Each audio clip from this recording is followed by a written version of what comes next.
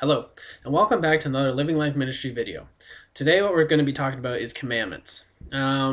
What a commandment is first, it's a law, basically. A law that's given from God to humans.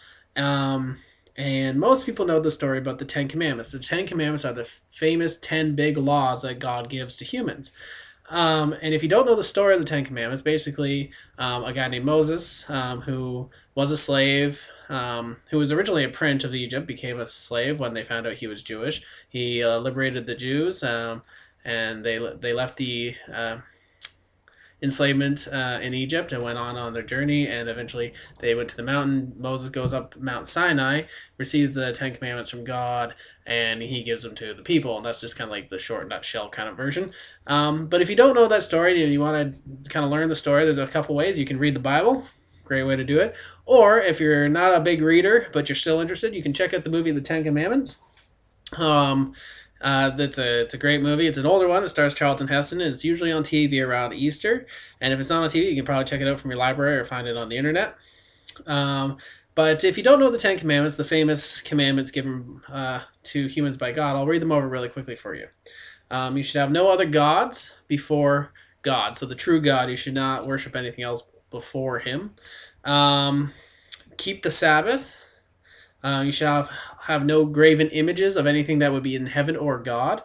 And basically that means statues or idols. In the ancient times, a lot of people would worship little idols of basically dolls or statues or sculptures and stuff like that. So you can't have anything like that. You shall not take the Lord's name in vain. So don't say anything negative about God, or don't take his name in vain. Honor your father and mother. Shall not commit murder. Shall not commit adultery, shall not steal, shall not covet thy neighbor's property. So basically that don't be envious over your neighbor's property and what they have. And do not bear false witness on your neighbor. So basically don't lie.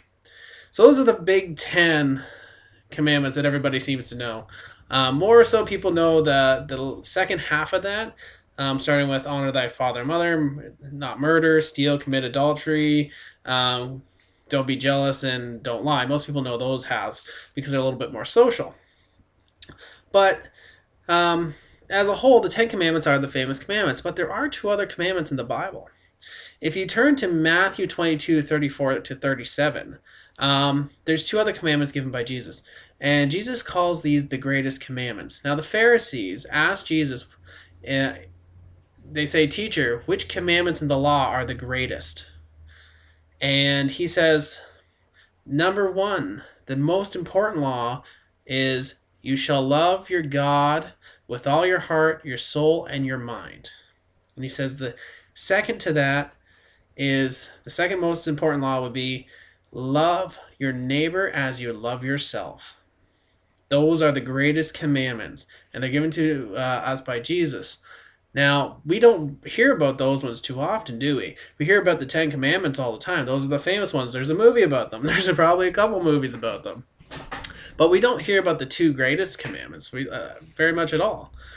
And it's kind of funny because if you look at the passage, the Pharisees are trying to kind of trick Jesus here into saying something that's going to get him in trouble.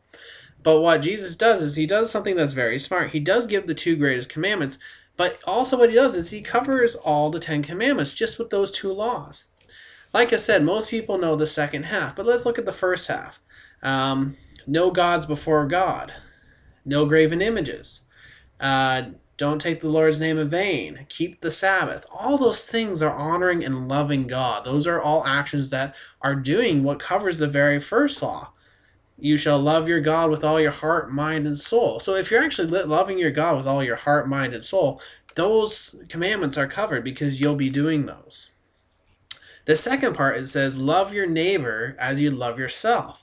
If you look at the second half, honor your father and mother, and neighbor doesn't mean the guy who lives next door. It means everybody. So if you're honoring your father and thy mother, and you honor them in a way that you're respecting and you're loving them, then you're keeping that commandment. You're loving your neighbor as you love yourself, because if you honor yourself and you love yourself, you're going to do that to your father and mother, and that goes for your whole family.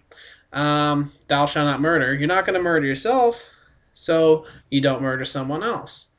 thou shalt not commit adultery. You wouldn't want to be cheated on. You wouldn't want have your spouse hurt you in that fashion. So don't do that to your spouse. Do not steal. You don't want to be stealed from, and that's how you're going to treat yourself. You're not going to want people to steal from you, so don't steal from others. And don't be jealous of other people. Now, people get jealous of some people all the time, and it makes people feel bad. It makes you feel like your stuff, it's bad to have your stuff, or it makes you feel like it's not a healthy thing to do. And thus, don't be jealous of other people's stuff. And finally, don't lie. Lying hurts people, and if you lie to someone, you can hurt them.